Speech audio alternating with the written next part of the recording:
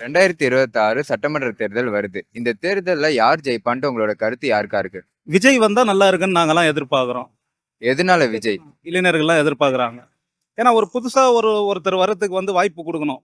அவரு புது புது புது வரவு வந்தா நல்லா இருக்குன்னு எதிர்பார்க்குறோம் நாங்கெல்லாம், இளைஞர்கள்லாம். அதனால அவரு டிவிக்கு விஜய் தளபதி விஜய் வந்தா நல்லா இருக்குன்னு நெனைக்கிறோம். கண்டிப்பா. அவர் வருவாரா என்னன்னு சந்தேகமா தான் இருக்கு. டவுட்டா இருக்கு. ஏன்னா இவங்க 75 வருஷம் கட்சின்றாங்க. 70 வருஷம், 75 வருஷம் கட்சின்றாங்க. இவங்க ஆட்சிய ஆட்சிய புடிக்கிறதுக்காக என்ன வேணா பண்ணுவாங்க இவங்க. பண்றதுக்கும் ரெடியான ஆள் தான் இவங்க. தயாரான ஆள் தான் இவங்க. அதனால இப்பவே விஜய்க்கு எவ்ளோ பிரச்சனை வருதுன்னு உங்களுக்கெல்லாம் தெரியும். அதனால விஜய் வரணும்னு ஆசைப்படுறோம். கண்டிப்பா வரணும்னு தான் நெனைக்கிறோம். வருவாரா என்னன்னு டவுட்டா தான் இருக்குது. அட்லீஸ்ட் ஒரு எதிர்க்கட்சி தலைவரா வந்தா கூட நல்லா தான் இருக்கும். கண்டிப்பா பெண்களுக்கெல்லாம் ரொம்ப பாதுகாப்பா இருக்கும்.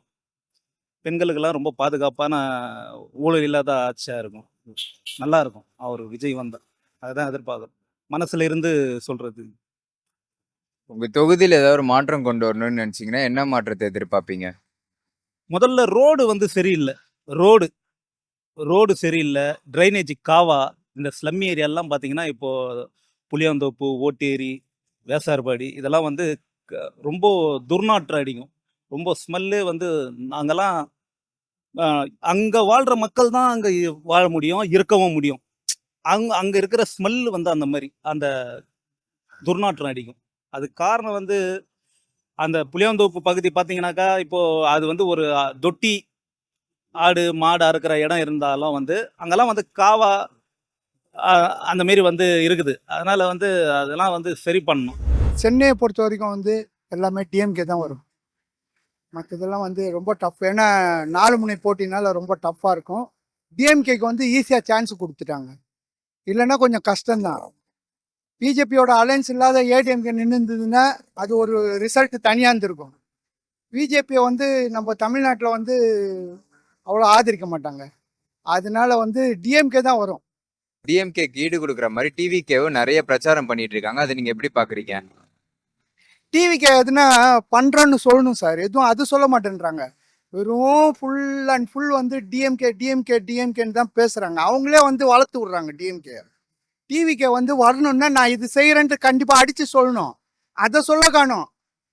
அதே மாதிரி எல்லாரையும் திட்டினா ஒருத்தர் திட்டினா அது அரசியலே கிடையாது. திட்டினா எல்லாருமே ஏடிஎம்கேவும் தப்பு செய்யுது, பிஜேபியும் தப்பு செய்யுது, டிஎம்கேவும் தப்பு செய்யுது. இல்லைன்ல, எல்லாரையும் திட்டணும். புதுசாக வர்றவங்க என்ன செய்யணும்? எல்லாரையும் வெறுத்துட்டு தானே வராங்க புதுசாக வரணுன்ட்டு. அப்போ எல்லாரையும் திட்டணும்ல. வெறும் டிஎம்கே தீய சக்தின்னா அது ஒன்றும் புரியல. எங்கள் வாக்கு உதயசூரியன் தான் இருக்கும்.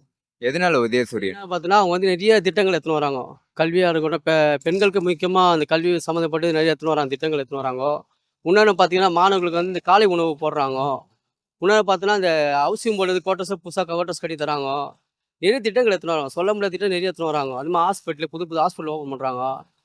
நம்ம என்ன திட்டம் சொன்னால் அடிக்கணும் போயினா இருக்கலாம் ஒரு திட்டம். அதேமாதிரி விஜய் வராரு, அரசுக்கு வராரு, பிரச்சனை கிடையாது, வரலாம் வரவேற்கிறோம். இன்னொன்று பார்த்தீங்கன்னா அவர் என்ன கொள்கையில் வரான்னு தெரில.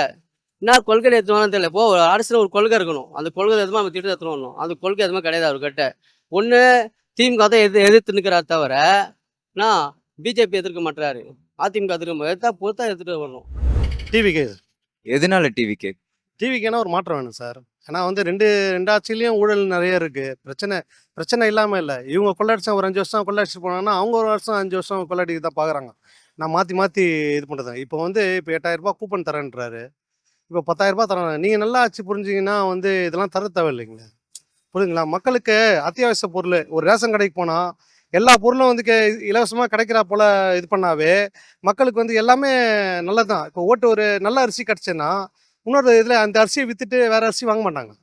இப்போ ஒரு 70 ரூபா 80 ரூபா கொடுத்து வாங்குறாங்கன்னா அது நல்ல அரிசி புரிஞ்சால் இது பண்ணால் அதை யூஸ் பண்ண மாட்டாங்க. ரேஷன் கடையில் கொடுக்குற இது வாங்கி யூஸ் பண்ணுவாங்க. இப்போ எடப்பாடியார் சொல்லியிருக்காரு, இப்போ அரிசி நல்லா போடணும். இதே முன்னாடி அவர் போட்டிருந்தாருன்னா இந்த சொல்லியிருக்க தேவையில்ல இல்லை.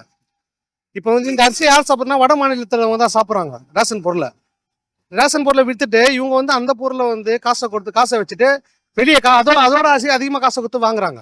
ஆனால் டிவிக்கு அவர் அறிவிச்ச நலத்திட்டங்கள் நல்ல சூப்பரான நலத்திட்டம்.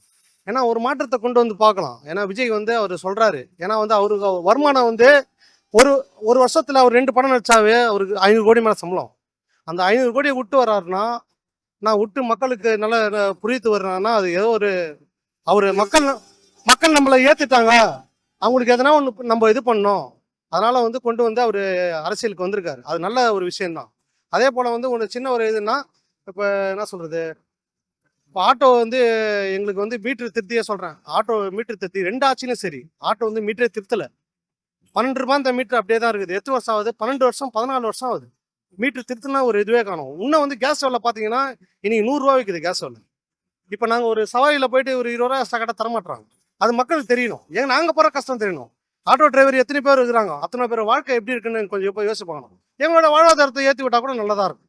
இப்போ எங்களை நம்பி என்ன நான் மட்டுமே இல்லை, என் குடும்பம் இருக்கு. எல்லாத்துக்கும் சேர்த்தா போல ஒரு நீங்க இது பண்ணீங்கன்னா நல்லா இருக்கும். என்னுடைய வாக்கு ரெட்டலைக்கு தாங்க. எதனால ரெட்டலை? அவர் வந்து விவசாயத்துக்காக ரொம்ப முன்னெடுத்து பண்றாருங்க. இப்ப நடந்துட்டு இருக்க ஆட்சியை பத்தி உங்களோட கருத்து என்னவா இருக்கு? இப்போ நடந்துகிட்டு இருக்க ஆட்சியை பற்றி முதல்ல எல்லாத்துக்கும் ஃபர்ஸ்ட் வந்து சாராய கடை ஒழிக்கணுங்க. ஒரு சாராய கடை கூட இருக்கக்கூடாதுங்க. அதான் மெயின் மாற்றம். அதனால நிறைய ஆக்சிடென்ட் ஆகுதுங்க. எனக்கு ஃப்ரெண்டோட மச்சான் ஒருத்தர் கல்யாணம் பண்ணி 1 வருஷம் தான் ஆகுதுங்க. பைக்கில் போய் தண்ணி அடிச்சுட்டு போய் ஆக்சிடென்ட் ஆயிடுச்சுங்க. அது காரணம் தண்ணி தாங்க. அதனால தண்ணி அடிக்கிறது இருக்கக்கூடாதுங்க. சாராய கடையை ஒழிக்கணுங்க அறவே. அப்படி இருந்தால் நாடு கொஞ்சம் நல்லா இருக்கும். உங்க தொகுதியில ஏதாவது ஒரு மாற்றம் கொண்டு வரணும்னு எதிர்பார்த்தீங்கன்னா என்ன மாற்றத்தை எதிர்பார்ப்பீங்க? எங்கள் தொகுதியில் வந்துங்க மலைவாழ் மக்களுக்காக வந்து மேலே ஆஸ்பத்திரி கட்டணுங்க. அதே மாதிரி ரோடுன்னு கொஞ்சம் அகலப்படுத்தணுங்க. லாரிலாம் நிறைய அப்சட் ஆயிருங்க. அதனால அது கொஞ்சம் ரோடு நல்லா கிளியர் பண்ணணுங்க. தளபதி தான், டிவி கேக்குதா கண்டிப்பா. எதனால டிவிக்கு? புதிய மாற்றம் கிடைக்கிட்டு தான். இப்போ 2 பேர் இருந்து ஒன்றும் பண்ணல. எல்லாருமே பார்த்தீங்கன்னா ஊழல் தான் பண்ணிட்டு இருக்காங்க போல இருக்கு. புதுசாக இவர் வந்தால் ஏதாச்சும் பண்ணுவார், கண்டிப்பாக பண்ணுவார்ன்ற நம்பிக்கை தான். உங்க தொகுதியில ஏதாவது மாற்றம் கொண்டு வரணும்னு நினைச்சீங்கன்னா என்ன மாற்றத்தை எதிர்பார்ப்பீங்க? சுற்றுப்புற சூழல் தான் கொஞ்சம் நிறைய டிஃபிகல்ட்டாக தான் இருக்குது. தளபதியே பெரம்பூர் தொகுதியில் தான் நிற்கிறாரு, கண்டிப்பாக மாற்றம் வரும்னு நினைக்கிறேன். நான் வந்து டிஎம்கே தான் போடுவோம். எதனால டிஎம்கே? டிஎம்கே வந்து ஒரு நல்ல கட்சி. ஆல்ரெடி நல்லா தான் போயிட்டு இருக்கிறாங்க அவங்க. நல்லா பண்ணிட்டு இருக்கிறாங்க எல்லாமே. அதனால் வந்து மாமூலாக அவருக்கு தான் போடுறது எப்பயுமே. ஆரம்பத்துலேருந்து அப்படி தான் போயிட்டு இருக்குது. அதனால் வந்து அவருக்கே போடலாம். சேப்பாக்கம் திருவள்ளுவரில் எடப்பாடி அவர்கள் ஆதி ராஜாராம் நிற்கிறார். பக்காவாக இருக்குதுங்க. இந்த 26, 23 எலெக்ஷனில் எடப்பாடி அவர்கள் தான் கெளிப்பார். உங்க தொகுதியில ஏதாவது மாற்றம் கொண்டு வரணும்னு எதிர்பார்த்தீங்கன்னா என்ன மாற்றத்தை எதிர்பார்ப்பீங்க? எல்லா மாற்றத்தை மாற்றணுங்க. பெண்களுக்கு கற்பழிப்பு, பெரிய இது மார்க்கெட்டு, எல்லா பிரச்சனையும் இருக்குதுங்க. எந்த பிரச்சனையும் இல்லை தமிழ்நாட்டில் மண்ணு கூட விட்டு வைக்க மாட்டாங்க இந்த திமுக ஆட்சியில். இப்ப நடந்துட்டு இருக்க திமுக ஆட்சியை பத்தி உங்களோட கருத்து என்னவா இருக்கு? திமுக வீட்டுக்கு போகணும், அதிமுக உள்ளே வரணும். அதுதான் எங்களுடைய மேட்ரு.